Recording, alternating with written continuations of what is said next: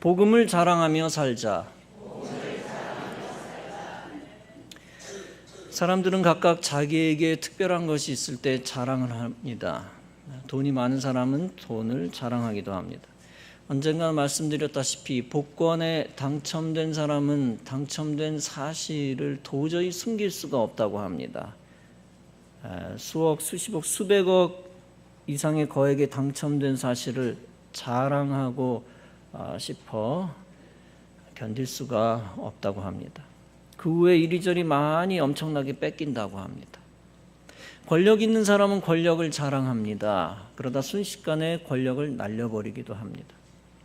건강한 사람은 건강을 자랑하기도 합니다. 그러나 건강을 자랑하던 사람이 한순간에 건강을 빼앗기고 단명하기도 합니다. 지식이 많은 사람이 지식을 자랑하기도 합니다. 그러나 지식의 내공이 더 뛰어난 전문가 앞에서 망신을 당하기도 합니다.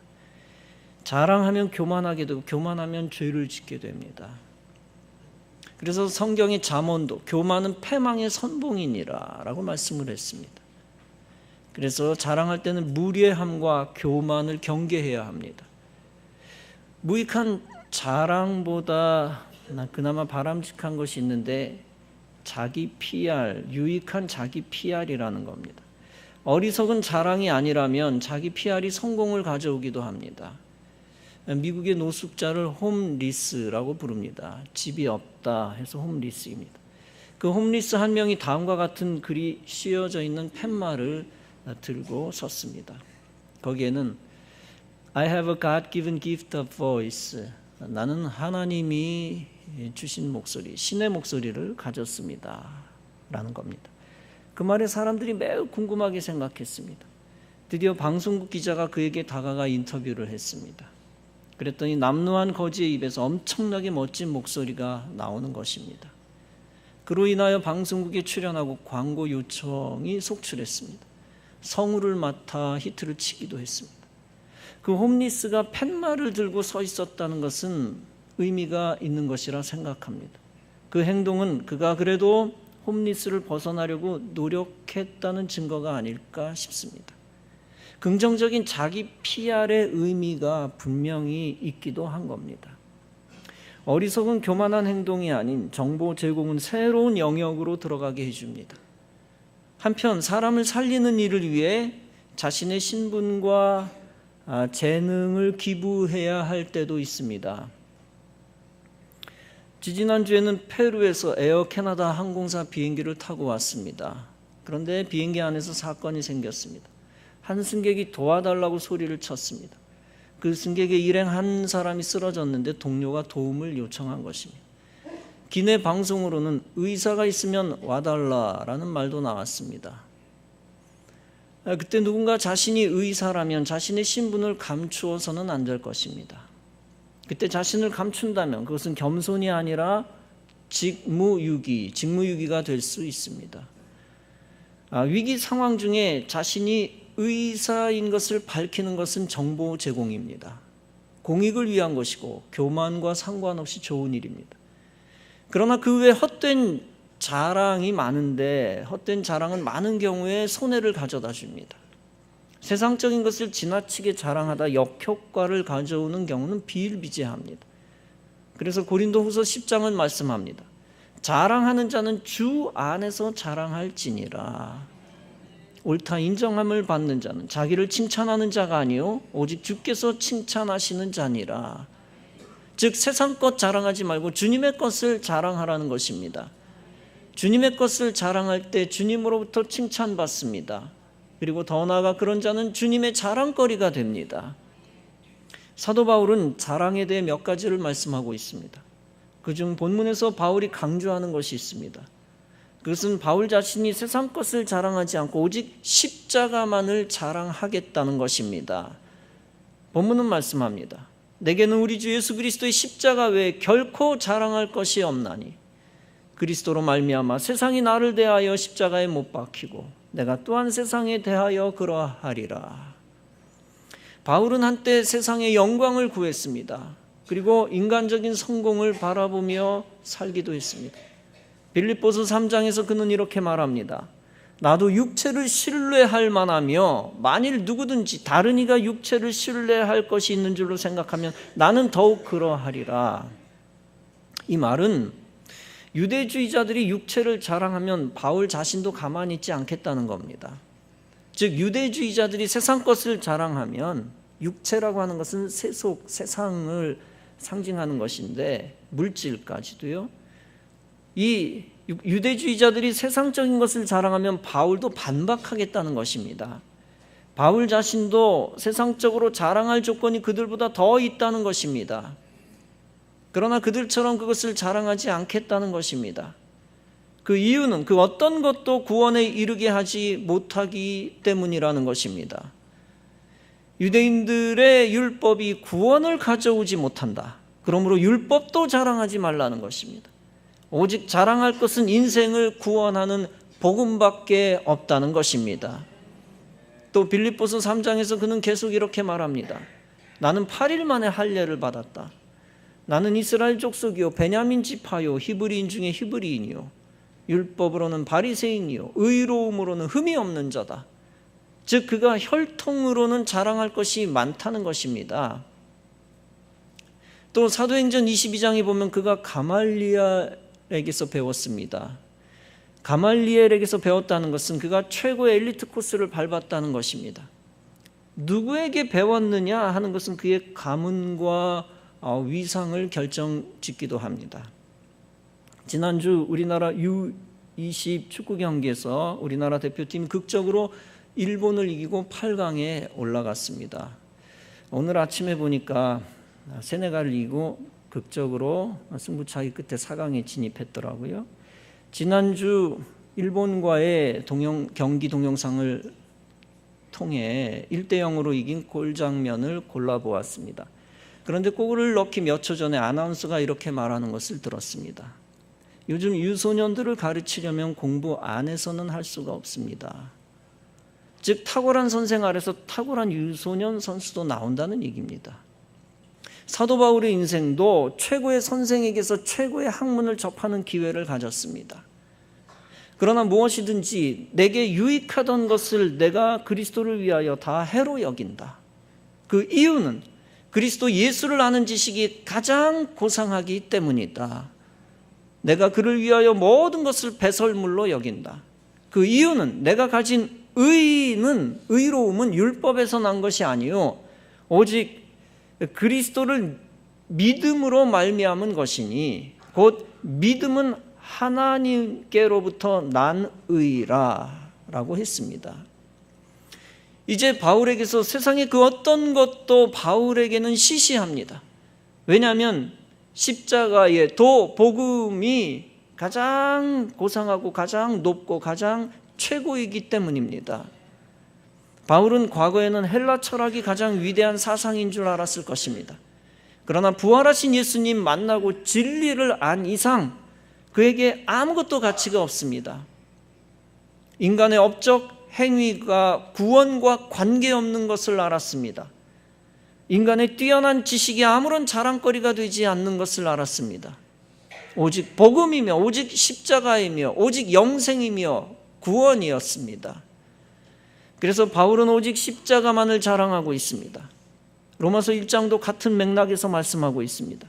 내가 복음을 부끄러워하지 아니하노니 이 복음은 모든 믿는 자에게 구원을 주시는 하나님의 능력이 됨이라. 즉 복음을 자랑하겠다는 것입니다. 복음을 부끄러워하지 않겠다는 얘기는 복음을 자랑하겠다는 얘기입니다. 복음을 부끄러워한다면 절대 복음을 전할 수가 없습니다. 우리가 복음을 전할 수 있는 힘은 복음을 자랑스럽게 여기는 길뿐입니다. 우리가 그리스도인임에도 불구하고 그동안 복음을 부끄러워한 적이 있다면 회개해야 할 것입니다. 그리고 반대로 복음을 자랑스러워하며 그 증거로 담대히 전도해야 할 것입니다. 전도하는 모습 자체가 복음을 자랑스러워하는 태도입니다. 수요 전도대 시에도 말씀드렸다시피 무엇이든 자랑스러워야 당당하게 그것을 보여줍니다. 우리나라에서 사는 것을 자랑스러워한다면 내가 한국인임을 당당하게 드러내겠죠. 반대로 우리나라에서 사는 것을 부끄러워하면 그것을 밝히기 싫어할 것입니다. 우리나라를 부끄럽게 여기는 사람들이 있습니다. 대표적인 케이스가 다름 아니라 종북 좌파입니다. 그들은 역사적인 정통성이 남한에 없고 북한에 있다고 생각을 하고 주장을 합니다. 김일성을 영웅시하며 그 정권을 살리는 데 주력합니다. 그래서 어떻게든 김일성과 관계된 것을 드러내려고 애를 씁니다. 공산주의 기조를 가지고 나가는 북한을 진정한 국가라고 착각합니다. 그들은 자기들이 자유 대한민국에서 태어난 것을 부끄럽게 여깁니다. 어쩔 수 없이 자본주의 사회에서 태어나서 할 수 없이 이 땅 남한에 살고 있다는 겁니다. 그래서 할 수만 있다면 북한 중심의 통일을 원합니다. 자유 대한민국 중심의 흡수 통일을 결사반대합니다. 그래서 교과서에서 자유라고 하는 글씨를 사력을 다해서 막 다 빼내고 있습니다. 그래서 거짓 평화를 이야기하는 것입니다.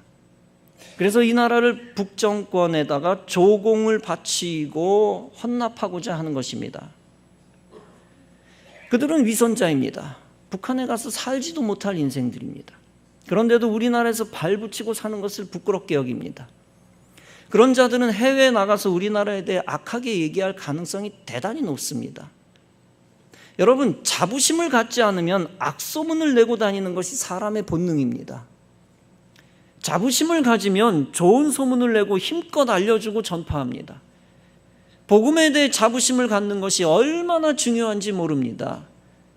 나의 영혼을 구한 복음, 나의 죄를 제거한 복음, 나의 생명을 구한 복음에 자부심을 갖는 여러분 되시기를 바랍니다.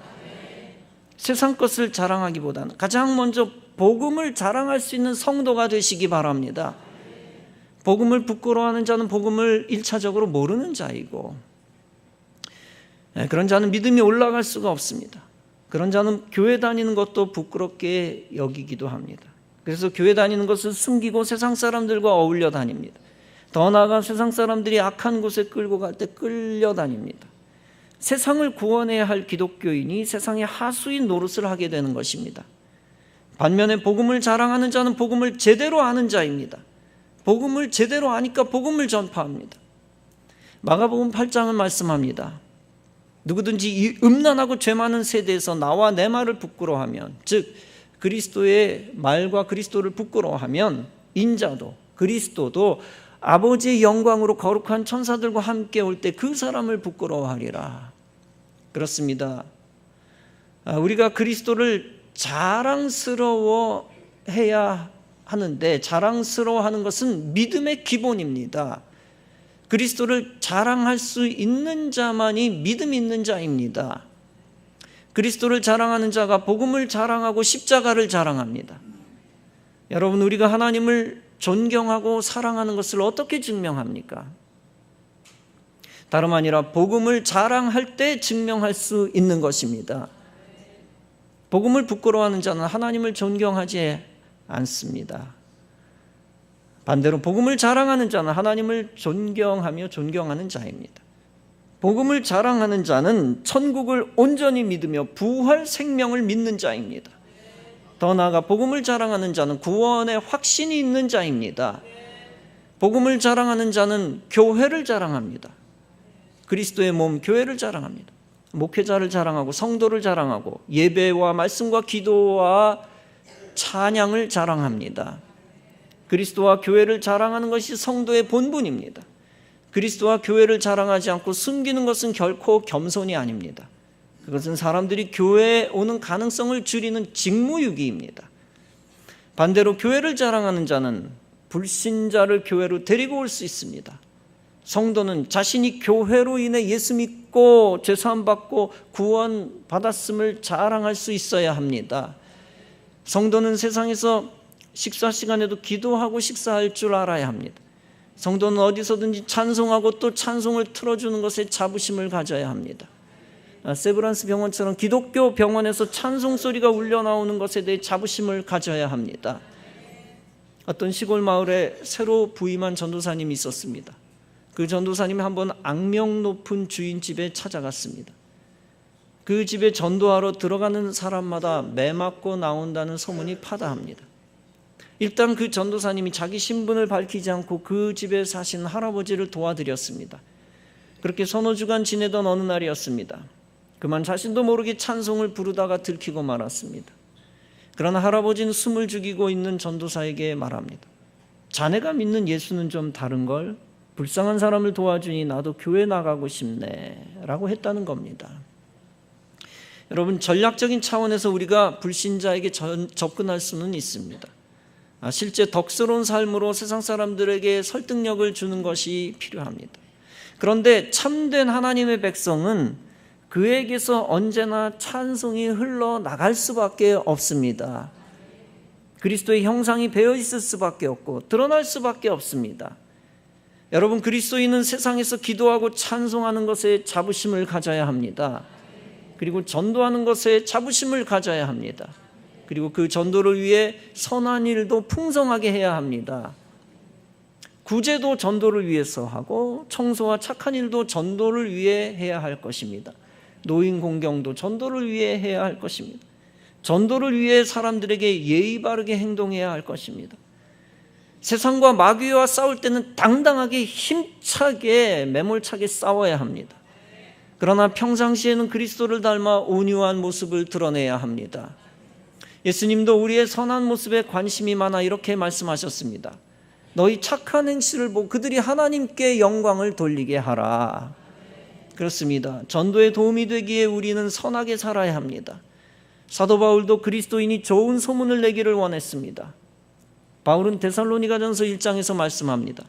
주의 말씀이 너희에게로부터 마케도니아와 아카야에 들릴 뿐만 아니라 하나님을 향한 너희 믿음의 소문이 각처에 퍼졌으므로 우리는 아무 말할 것이 없노라. 즉 데살로니가 교인들이 믿음의 좋은 소문을 내서 바울이 칭찬하고 있습니다. 여러분, 믿음의 좋은 소문이라고 하는 게 무엇입니까? 교인들이 믿음 생활을 잘한다고 하는 뜻입니다. 데살로니가 교인들이 믿음 생활 잘하니까 바울이 기뻐합니다. 그런데 우리는 세상 사람들에게 믿음의 좋은 소문을 내야 합니다. 예수님 믿었더니 삶이 변화되었다는 소문입니다. 하나님의 말씀을 지켜 행했더니 영육간의 복을 받았다는 소문입니다. 왜 우리가 그들에게 믿음의 좋은 소문을 내야 합니까? 그들의 영혼들을 구원의 배, 구원의 방주, 교회 안으로 들여 인도하여 그들을 구원해야 하기 때문입니다. 예수님의 비유의 말씀 속에서도 예수님이 말씀하셨습니다. 강권하여 데려다가 내 집을 채우라. 우리는 불신자를 교회로 인도하기 위해 더욱 하나님과 예수님과 교회와 기독교에 대해 덕스러운 말만 해야 합니다. 내가 교회 가서 삐졌어, 이런 말을 하고 다니면 절대 전도가 안 되겠죠. 우리는 오직 그리스도만을 높이고 그리스도만이 세상 가운데 빛나게 해야 할 것입니다. 여러분, 믿음의 좋은 소문을 낸다는 것이 또한 무엇입니까? 교회에 기쁨과 평안과 사랑과 소망이 있습니다 라고 알려주는 것입니다. 교회 때문에 내가 행복해졌고 생명 얻었습니다 라고 알려주는 것입니다. 교회 때문에 교인들이 형통하게 되었습니다. 교회 때문에 이 나라가 부유하게 되었고 발전하게 되었습니다 라고 알려주는 것입니다. 교회 때문에 병자들이 치유받았고 죄인들이 의인 되었습니다 라고 알려주는 것입니다. 그렇게 알려주기 위해 먼저 나 자신이 복음과 십자가에 대해 자부심으로 가득 채워져야 합니다. 특별히 복음의 진리를 소유한 우리 기독교에 대해 자부심을 강하게 가져야 합니다. 지난번 오형제 목사님들과 페루 선교한 것 여러분들에게 이야기를 했습니다. 지난주에는 말씀을 안 드렸지만 그곳에서 제가 가장 주안점을 두었던 것 중에 하나가 있었습니다. 그것은 그곳 페루 목사님들이 기독교에 대해 자부심을 갖는 것이었습니다. 그곳 나라는 구교 가톨릭 교도들이 많습니다. 스페인 통치를 통해서 가톨릭 신앙이 들어왔기 때문입니다. 한편 여호와의 증인 안식교 구원파들이 많이 침투해 들어와 있습니다. 그런 상황에서 신교 프로테스탄트 우리 기독교인들이 온전히 하나가 되지 못한 상황이었습니다. 그리고 이단성 있는 가톨릭과 안식교 같은 기독교 이단들을 이겨야 하는 상황입니다. 그런 상황에서 우리 기독교가 구교와 이단을 이길 힘은 복음의 진리를 붙드는 것입니다. 그리고 무조건 목사님들이 교단을 초월하여 하나가 되는 것입니다. 그 일을 위하여 오직 믿음으로 구원받는 진리를 다시 설파했습니다. 종교개혁자 루터, 칼빈, 웨슬리의 믿음과 성화가 복음의 진리임을 알려주었습니다. 행위로 구원받는 것을 강조하는 가톨릭과는 달리 오직 믿음으로 구원받는 진리를 강조하기 위함이었습니다. 동시에 그 믿음이 성화와 구원의 길임을 알려주었습니다. 그리고 한편 루터, 칼빈, 웨슬리의 복음이 하나임을 알려주었습니다. 장로교, 감리교, 성결교, 오순절 모두 강하게 하나가 되어야 하기 때문이었습니다. 선교사님들이 이구동성으로 말했지만 그것이 자기들 페루 목회자들에게 큰 자부심을 주었다고 덕담을 해주었습니다. 그리고 복음의 진리로 자신들이 하나라는 사실을 다시 깨닫게 되었다고 했습니다. 감사하게도 그 나라에서 순복음교단, 감리교, 장로교가 놀랍게 부흥하고 있습니다. 이제 페루 국가가 법적으로, 공식적으로 국가가 법적으로 조찬기도회를 한 후에 모든 공무를 시작합니다. 이제 페루 가운데 복음을 자랑하는 기독교를 통하여 하나님 나라가 임하고 있는 것입니다. 사랑하는 성도 여러분, 우리는 우리가 가진 보배를 귀한 것으로 아는 지혜와 믿음을 다시 가져야 할 것입니다. 그리스도와 성경과 교회와 예배와 복음과 십자가가 얼마나 귀한지 알려주어야 합니다. 그리고 내 목숨보다 귀하게 여기고 자부심을 가져야 합니다. 천국의 진리를 소유한 자는 보화를 발견한 자와 같습니다. 그리고 그 보화를 절대 버리지 않습니다. 더 나아가 그 보화를 가치 있게 여기고 자부심을 갖습니다. 천국 진리를 먼저 소유한 저와 여러분들은 그 진리를 자랑스럽게 전파해야 합니다. 천국 생명을 얻은 자는 복음과 십자가와 천국을 자랑하며 삽니다. 그리고 그 진리를 전파하고 그 진리를 나누어 줍니다. 복음을 자랑하고 전파하는 자를 하나님이 자랑해 주시는 인생이 되어질 것입니다. 그리고 교회를 자랑스럽게 여기고 이웃들에게 자랑하는 자는 참된 전도자가 될 것입니다. 이러한 믿음 갖고 주님과 교회와 복음을 세상에 널리 자랑하며 사시기 바랍니다. 그래서 사람들을 저주에서 이끌어내어 교회로 이끌어 영적으로 살리고 가치 있는 하나님의 백성 천국 존재로 다 만들어 나가는 성도 여러분 다 되어지시기를 주님의 이름으로 축원합니다.